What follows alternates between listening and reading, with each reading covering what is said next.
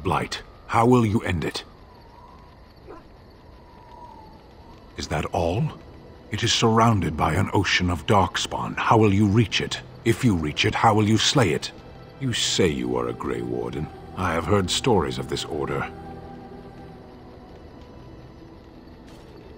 Great strategists and peerless warriors. That is what we hear of the Wardens. So far, I am not impressed. Evidently not. It remains only to see what you are here for.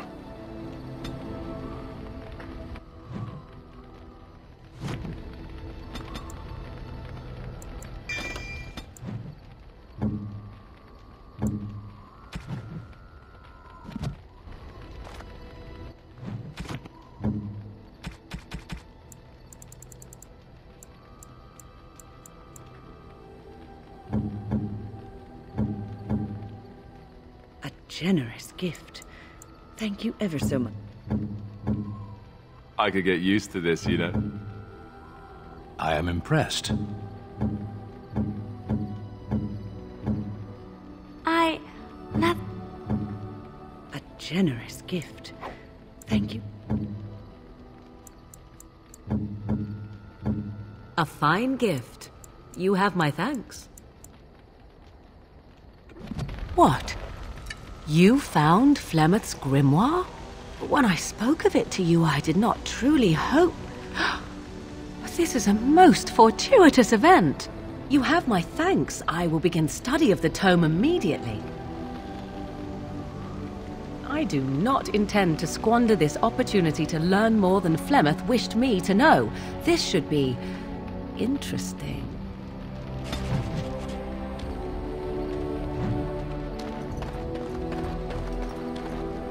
You and your friends are formidable folk, indeed. It's good to have you along on... I'm sure you'll...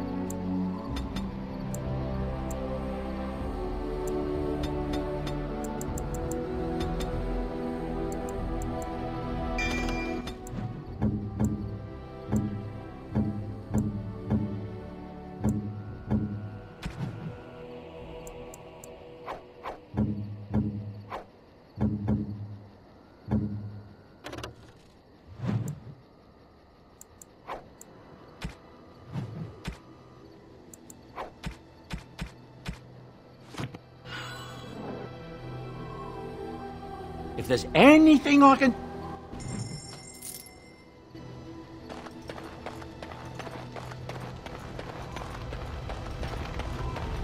'Tis cold in my tent, all alone. So you shall come to my tent? But whatever shall we do in that tiny little space together while we wait for it to warm? Good. Then let us waste no more time with foolish talk.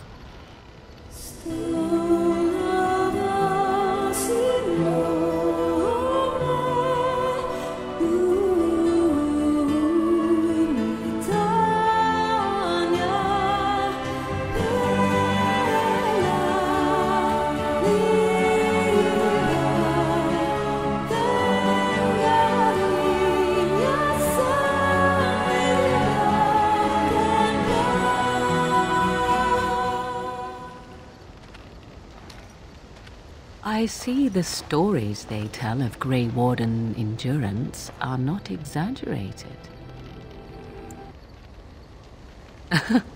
Indeed there are.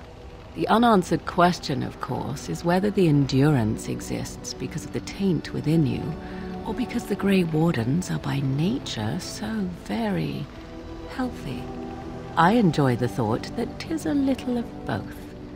Natural prowess driven by a darker side.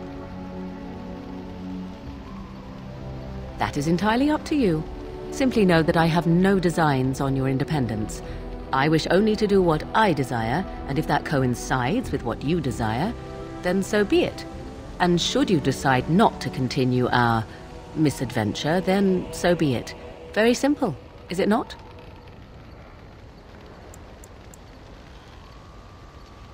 Then we should get along marvelously. Come then, let us be off before the others begin to stare.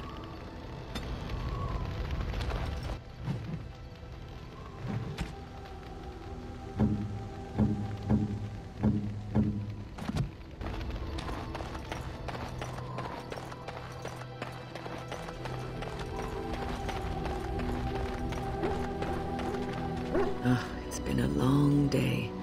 Rest would be welcome. Yes, of course. I am just a little weary. As you may have noticed, I'm no spring chicken. Ha, very funny. But in all honesty, I do not know how many years I have left in me. I have lived for such a long time, but there is always something else to do. And I have to keep going in order to do it.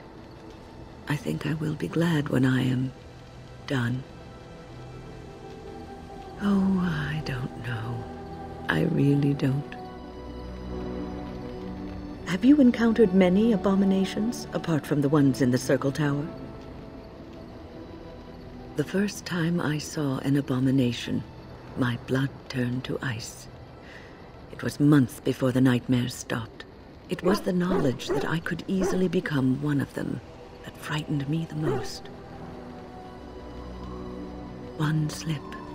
All it takes is one slip, and everything you are is simply gone. Replaced by madness. And there is no turning back, or at least that's what they say. Of late, I have begun to wonder if there is any way an abomination can be cured, or if a mage could be so possessed and still retain their sanity, their humanity. Yes, it is madness and cruelty that define abominations. If those are lacking, if the mage remembers the person they truly are, then they are not an abomination. I never saw that. Thank you for showing me another way of looking at it. So, tell me, how did you become a Grey Warden? Arl Rendon Howe? The Arl of Amaranthine? Why would he do such a thing to you? You are the last of the Couslands? I had no idea. My lord? Yes, I suppose so. You can no longer have a title, can you? But that does not mean you must forget utterly where you came from. Take heart, dear friend. You survived, even when you were not expected to. We do not know yet what lies in store for you, or the name you carry. It is not so bad, is it, being a Grey Warden?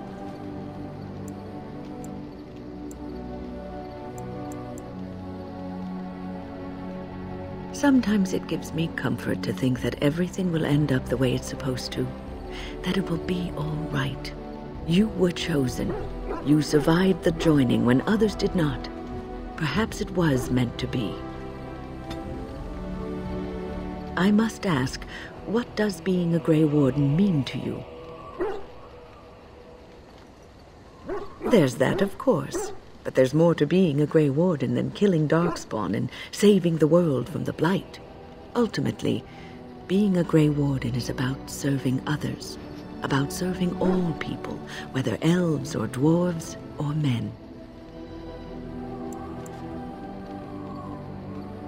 As a Grey Warden, you are a guardian of men, and you guard them because their continued existence is more important than you are.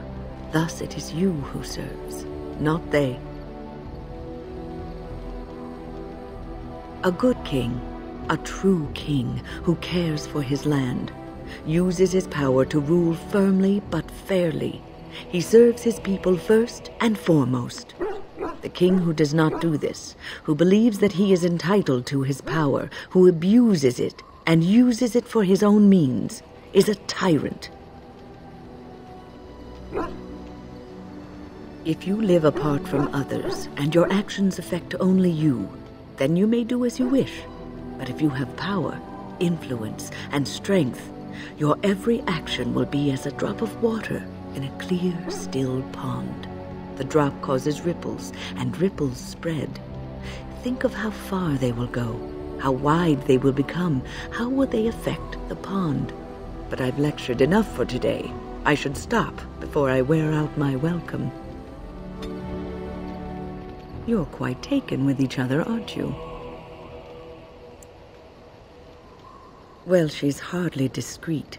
The way she looks at you, it's as though she's completely forgotten there's anything of you above the waist. I've noticed your blossoming relationship, and I wanted to ask you where you thought it was going. She is a cunning woman, a Maleficar. She will use you for her own ends.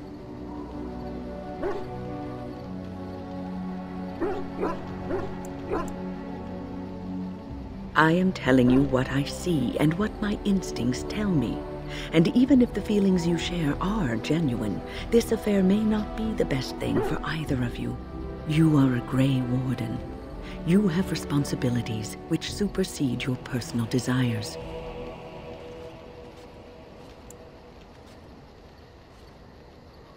Love is ultimately selfish.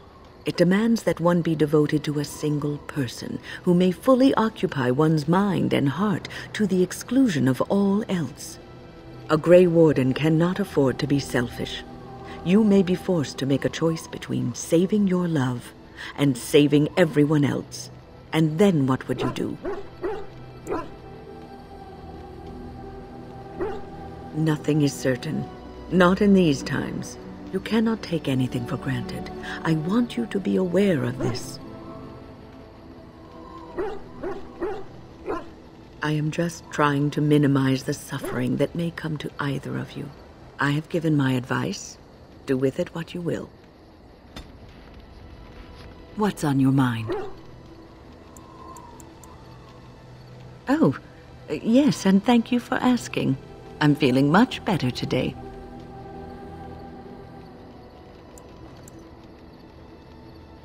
I suppose I must be. What's on your mind? Is something troubling you?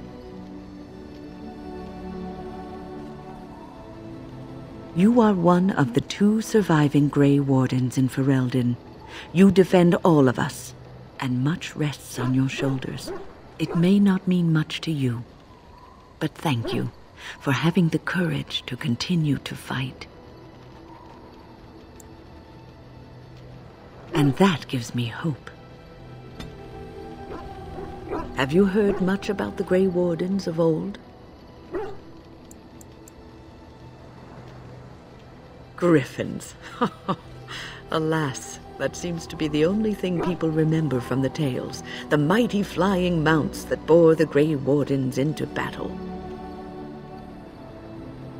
Unfortunately, they've all passed back into the Maker's hand. So that wish will have to go unfulfilled. It was said that watching the Wardens ride in on their white griffins was enough to rouse a weary heart and put the dance back in the step of an old man. The Grey Wardens were powerful, feared and respected, but they also inspired the common people. I remember a tale that was told to me many years ago. Maker's mercy, it's like talking to a child. Yes, there are griffins in this story. The blight had ravaged the land for months, and the armies of the great kings had amassed for one last stand. As the sun burst through the clouds that boiled and churned in the dark sky above, it illuminated a vast, seething horde of darkspawn, with the archdemon at its head. And it was then, when courage seemed to fail, and all lost to death and despair, that the Grey Wardens came. They arrived with the beating of wings like mighty war drums and stood before the armies of men. Yes, griffins. Now listen to the rest of the story. The Grey Wardens, grim and fearless, marched forth, ever between the men and the encroaching darkspawn. They formed a shield of their own bodies and held that line until the archdemon was dead and the last darkspawn lay trampled in the dirt. And then, demanding neither reward nor recognition for their sacrifice, the Grey Wardens departed. When the clouds finally rolled back and the sun shone full upon the blighted ground, the great kings knew that they had lost no men, and none of their blood had been spilled. You are observant. This is a tale about no battle the Grey Wardens have fought, and yet about them all. They have always defended us from the Darkspawn, taking losses so we do not have to. People may have forgotten over the centuries, but nothing has changed. This knowledge has been blessing and burden to Grey Wardens past, and now it shall be your blessing and your burden. What's on your mind? No, you won't. I don't think so either. You would not have been happy living a dull, uneventful life, dying in obscurity. You wonder sometimes, don't you? If your life would be better if you weren't who you are. When I was a young woman in the tower, I came to the realization that the circle would be my life, and I would know no other. Family, love, a simple life. These were things that others took for granted, that I would never have. It made me very moody. All I could think of was being trapped in that tower with no way out and no end in sight. I started hating my life and myself, and one night I found myself in the tower's chapel. I was seeking refuge, maybe answers. I must have looked tearful or made some noise, because the revered mother came out and decided to speak to me. And because I had no one else to talk to, I talked to her. I must have said many silly things, but she told me that the Maker puts us all on our paths for a reason, and fighting our intended course is what causes so much anguish.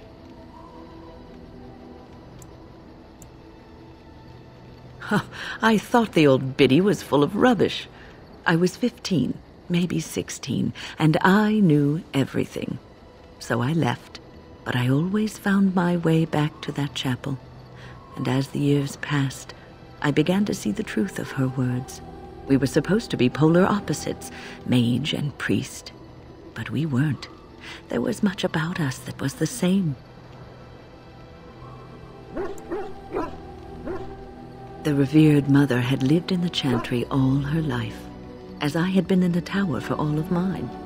She taught me that you can find your family in the people around you, that you can love your work and find fulfillment in duty, and there is joy even in self-sacrifice. If you put others before yourself, then their well-being is yours, and their happiness is your happiness.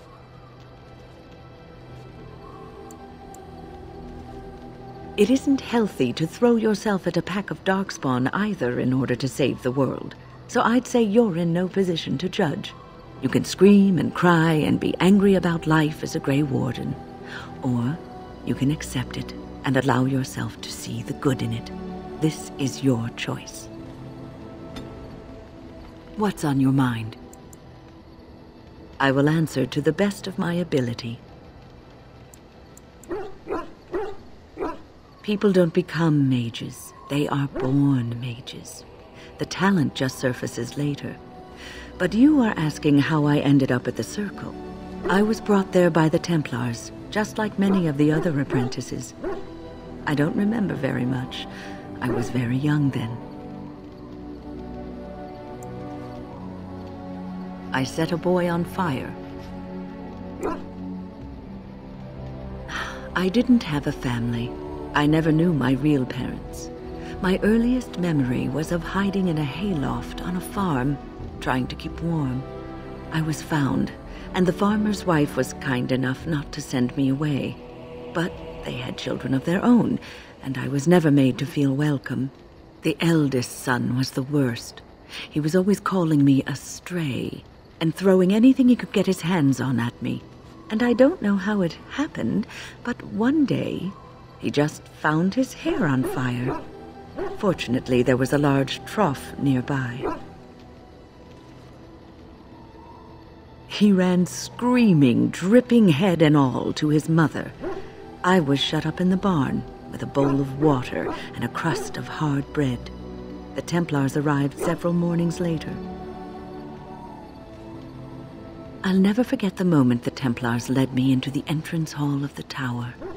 I had never seen anything so grand in my life. I stopped being afraid then. I knew I was home. Well, that's about all there is to my tale. That's how I came to the Circle. I would be lying if I said it was easy. First, there were rules, and we were constantly watched to make sure we behaved appropriately. Then there was the study of magic. We had to cast the spells just so, control the effects completely. A single word spoken incorrectly, a gesture out of sync, and lack of focus. And we needed to have perfect focus, or we would be in danger. From Fade spirits. If we were careless, they would enter our minds, and we would become abominations. Without the Circle and my mentors, I would not have been where I am today. And there was joy in life at the Circle. The joys of fellowship, in knowing that you were not alone in your struggles. In spite of everything, I was happy in the tower, and I loved it.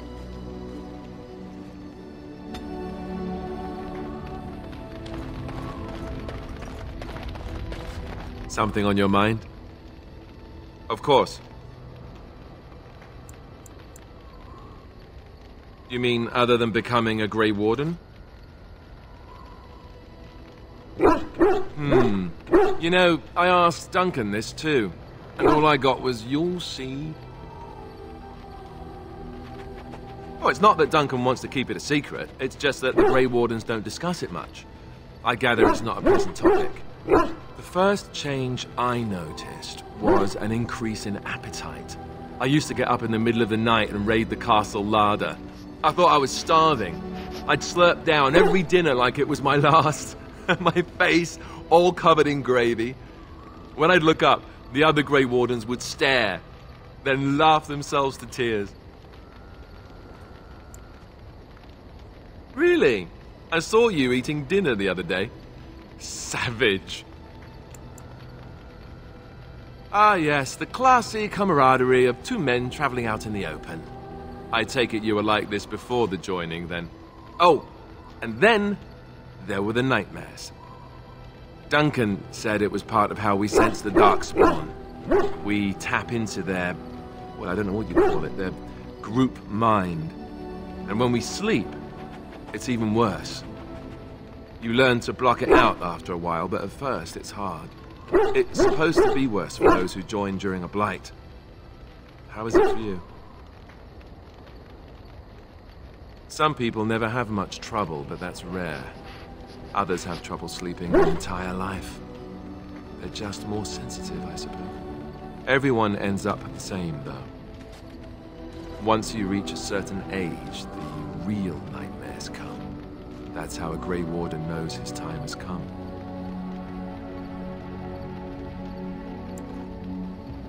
Oh, that's right. We never had time to tell you that part, did we?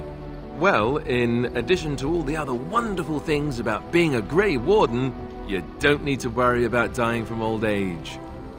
You've got 30 years to live. Give or take. The taint. It's a death sentence. Ultimately, your body won't be able to take it. When the time comes, most Grey Wardens go to Orzammar and die in battle rather than waiting. It's tradition. You'll always find Darkspawn down where the dwarves are. The oldest Grey Wardens head to the deep roads for one last glorious battle. Not that there's a shortage of Darkspawn during a blight, but that's the tradition. The dwarves respect us for it. And you wondered why we kept the joining a secret from the new recruits. Well, there you have it.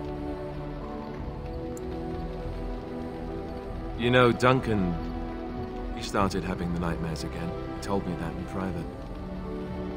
He said it wouldn't be long before he'd go to Orzammar himself. I guess he got what he wanted. I just wish it had been something worthy of him.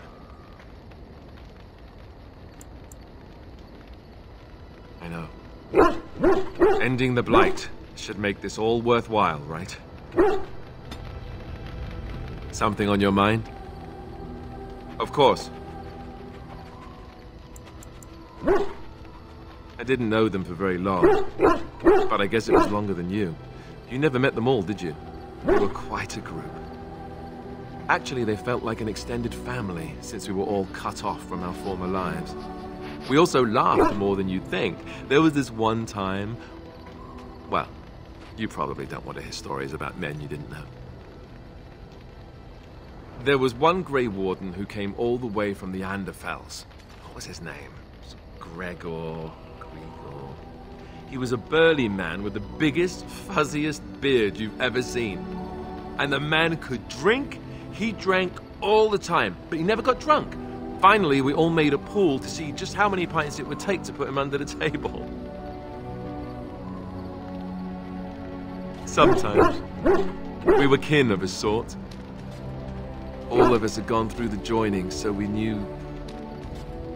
Well, anyhow, it doesn't have to be deadly serious all the time. Anyhow, we never did find out. He said he'd drink a pint for every half pint that the rest of us drank.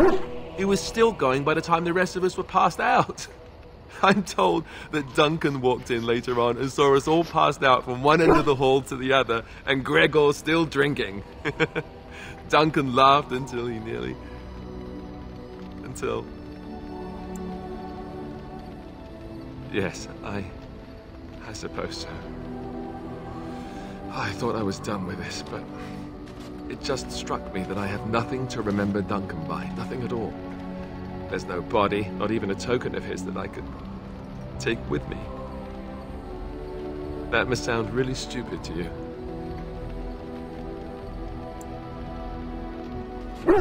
I just would have liked something of his to take with me, that's all.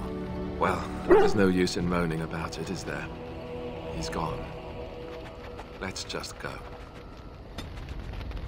I'm wondering something. I'd like to know your thoughts about some of our traveling companions. Do you mind if I ask? What about Sten? The way he looks at me with those eyes. Creepy. He's so quiet for someone so big.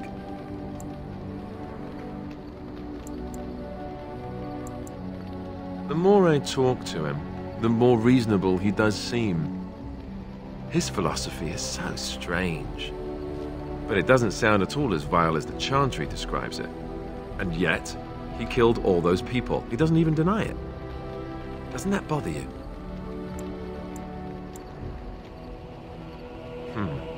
I'm not so sure that his regret means the same as it would for us. The Kunari sense of honor is a bit hard to grasp. For me, anyway. What about Liliana? Is she crazy? Or do you really believe in her vision? That's one way to put it. I don't know what to make of her. If you look at her when she doesn't see you, she just looks so sad. I almost feel guilty taking her away from her life. Yes, I know. Still, I feel badly for her. Morrigan, do you trust her? Think about it. Maybe Flemeth sent her with us for some other reason than she said. Well, aside from the fact that she's a complete and utter bitch, no, I don't like her at all. Why, do you? Sure. Beautiful, just like something that's also dangerous, like a beautiful, dangerous thing. Yes, one of those, but more evil. Just tell me one thing. Is it true what the others say? Do you have a thing going with Morrigan? Tell me it's not true.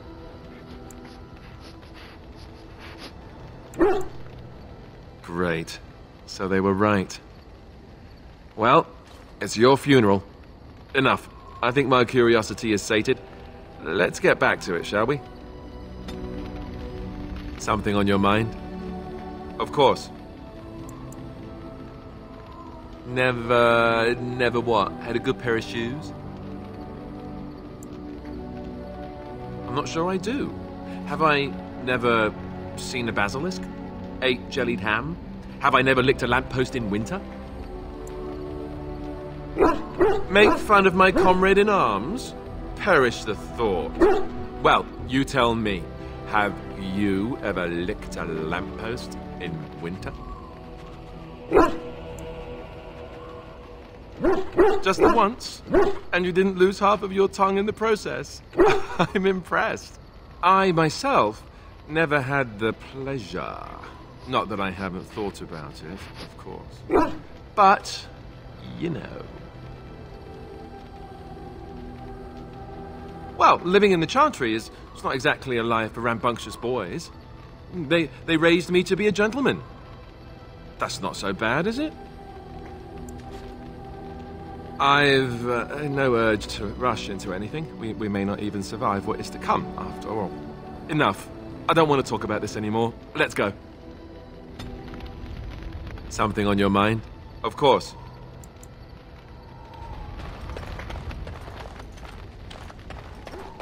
What's on your mind? It is no trouble.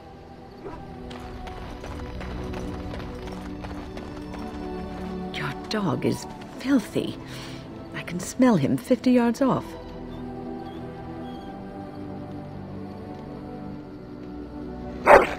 That may be so, but all the same, I would like your permission to bathe him.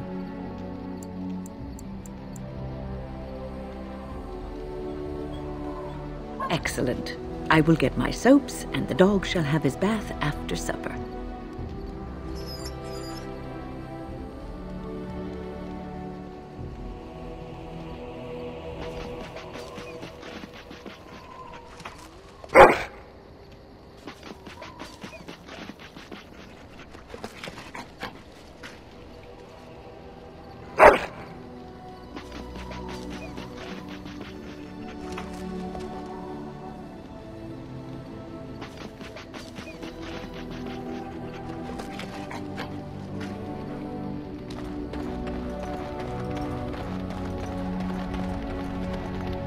Yes?